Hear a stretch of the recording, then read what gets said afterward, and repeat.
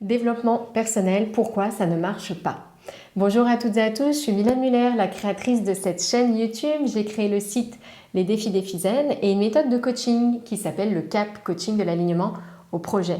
Dans cette vidéo, j'aimerais répondre à cette question qu'on me pose souvent, plus ou moins directement. Le développement personnel, pourquoi ça ne marche pas? Sous-entendu, pourquoi ça ne marche pas avec moi? De par mon expérience, il y a 5 façons d'expliquer, 5 raisons courantes qui font que malgré le sentiment qu'on a de faire des efforts, eh bien, rien ne se passe de particulier dans sa démarche de plus d'épanouissement personnel. La première raison que je vois, c'est l'idée d'accumuler beaucoup de savoir, mais finalement de faire peu de choses. On est dans un monde où l'information circule de plus en plus facilement, de plus en plus vite. Et donc, on accumule de plus en plus de connaissances dans ce domaine du développement personnel. On est très analytique, on sait plein de choses, on a plein d'infos sur tous les thèmes, mais on oublie ce fossé entre le savoir et le faire. On porte toute notre attention sur acquérir de nouvelles connaissances, mais en réalité, peu d'énergie, peu d'efforts sur vraiment ce que j'appelle l'intégration des savoirs, c'est-à-dire en faire une vérité au quotidien, une vérité qui nous transforme à l'intérieur, pas seulement qui vient alimenter en fait notre bibliothèque d'informations. Pour moi, la première raison, c'est vraiment celle-ci. On sait beaucoup de choses, mais finalement, on fait peu de choses. La deuxième raison que je vois souvent, ce sont des personnes qui ont le sentiment de faire beaucoup d'efforts, mais en réalité sont peu engagées dans leur objectif de développement personnel. Et finalement, elles font ça quand elles ont un petit peu de temps qui se libère, sous-entendu pas très souvent. C'est quelque chose qu'on remet beaucoup au lendemain. C'est un petit peu la variable d'ajustement en fait dans une journée. Donc on fait déjà tout le reste, toutes les urgences, toutes les choses habituelles, toutes nos routines. Puis si jamais on a du temps, une fois de temps en temps, on vient caler une méditation, on vient caler la lecture d'un article, ou la lecture d'un livre, ou une vidéo, ou une conférence. Mais très clairement, on n'a pas fait de son épanouissement personnel une vraie priorité dans sa vie. Et si ça n'est pas une vraie priorité dans notre vie, très clairement, on va avoir des résultats en fait à la hauteur de notre engagement, à la hauteur de cette intention de départ, à savoir du coup pas grand-chose. Tout doit partir d'une décision très ferme. Donc si cette décision très ferme-là n'est pas prise, soit parce qu'on n'a pas le déclic suffisant, on n'a pas vécu l'épreuve qui fait que peut-être qu'on n'y croit pas vraiment, et en fait ça c'est ma raison numéro 3, qui font qu'en fait il n'y a pas un vrai engagement derrière cela, et donc tout le reste va passer devant parce qu'on n'a pas une vraie clarté sur ça, c'est ma nouvelle priorité. La troisième raison que je vois, c'est celle que je viens d'évoquer, c'est l'idée qu'en fait on n'y croit pas vraiment.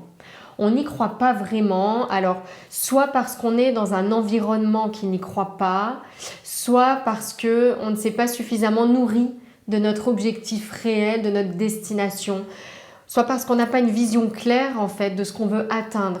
Donc on arrive au développement personnel avec un problème qu'on rencontre, un manque de quelque chose, un trop d'autre chose, et puis on cherche des astuces pour gérer, combler ça. Mais en réalité, on n'a pas un horizon très clair en fait. On n'est pas vraiment nourri par là où on veut aller, par ce qu'on veut atteindre ou réaliser. Il y a une sorte de flou. Et du coup, on n'a pas vraiment la croyance que c'est possible. Et quand depuis toujours, depuis notre plus tendre enfance, on baigne dans un environnement qui nous montre qu'il n'y a pas de recette pour ça, que de toute façon la vie c'est comme ça, qu'il y aura toujours des hauts et des bas, que ci, que ça, et qu'il n'y a pas de solution, en réalité, c'est pas lire un article de temps en temps ou regarder une vidéo de temps en temps. Ça peut, mais rarement, ça crée le déclic suffisant en fait pour renverser cette grande croyance, cette grande représentation qui est là et qui vient en fait filtrer toute notre réalité, teinter toute notre réalité. Et donc en réalité, c'est la troisième raison, c'est qu'on n'y croit pas vraiment, on n'est pas suffisamment connecté à la croyance inverse. La quatrième raison que je vois et qui fait que bien souvent le développement personnel ça ne marche pas, ce sont pour moi les raccourcis du développement personnel. Le développement personnel tel qu'on le découvre au travers de vidéos, d'articles, etc. On peut facilement en fait tomber dans ces pièges, tomber dans le manque de nuances, tomber dans les traits un petit peu grossiers qui vont en fait nous mettre vraiment sur les épaules une pression de plus et nous faire tomber dans certains pièges certains pièges, alors que sur le coup on ne va peut-être pas voir, mais en réalité notre être au fond ne s'y trompe pas et il manque quelque chose. Je pense ici au piège des trop et des pas assez. Quand on s'intéresse au développement personnel comme ça, on découvre qu'on a plein de problèmes dans notre vie, plein de choses qui ne vont pas, plein d'imperfections à corriger. Et donc on passe notre temps à courir un petit peu après des astuces, des clés pour corriger ce qui ne va pas. Je manque de confiance, je trouve des astuces pour booster ma confiance. Je manque d'organisation, des astuces pour booster et être plus organisé, etc. Et on fait comme ça un petit peu avec tous les problèmes, symptômes qu'on rencontre dans notre vie. Et puis l'autre absence de nuance très importante que je vois souvent, c'est vraiment ce côté positif-négatif. De se dire finalement que le but du développement personnel, c'est de cultiver tout ce qui est positif dans notre vie et de supprimer tout ce qui est négatif. Ou sous-entendu, supprimer tout ce qui est négatif. Ce n'est pas toujours dit de manière aussi claire que ça. Mais donc on se retrouve en fait dans notre vie à vouloir surmonter la peur, gérer le manque de confiance, gérer nos émotions, sous-entendu ne plus avoir d'émotions difficiles et simplement cultiver par des petites habitudes du quotidien ce qui est positif. Et en fait quand on tombe un petit peu dans ces très grossiers-là du développement personnel, à un moment donné, on s'ajoute une pression, celle du tout positif, celle de « je suis imparfaite, il faut que je gomme toutes ces imperfections ». Et en fait, on passe vraiment à côté de l'essence du développement personnel, on passe à côté de ces différentes parties de l'être qu'on pourrait en réalité réunir et qu'il s'agit de réunir pour vivre pleinement notre expérience humaine en lien avec notre nature spirituelle. Et donc, si on découpe les choses, qu'on prend des petits morceaux par-ci par-là, on peut facilement en fait tomber dans ces pièges-là. La cinquième bonne raison que je vois qui fait que souvent on n'y arrive pas, c'est le manque de clarté quant au premier pas. Alors, quand j'ai préparé, j'ai dit premier pas. Et en fait, pendant que je parle, je me rends compte que c'est à la fois le manque de clarté concernant le premier pas et concernant aussi la grande vision, la grande destination. Ce que j'évoquais tout à l'heure avec l'idée qu'on n'y croit pas vraiment. Donc la cinquième raison, c'est celle-ci, c'est que on ne sait pas par où commencer. Et donc encore une fois, on fait un petit bout de plein de choses et on manque d'engagement. Quand on a une clarté forte sur la première étape, sur par où commencer, sur ce premier pas que je dois faire, en réalité, on fait la plus grande partie du chemin. Le premier pas est très très important en fait dans n'importe quel projet, dans n'importe quel objectif qu'on a envie de suivre et je crois qu'un premier pas bien fait, c'est 80% du chemin en réalité qui est fait.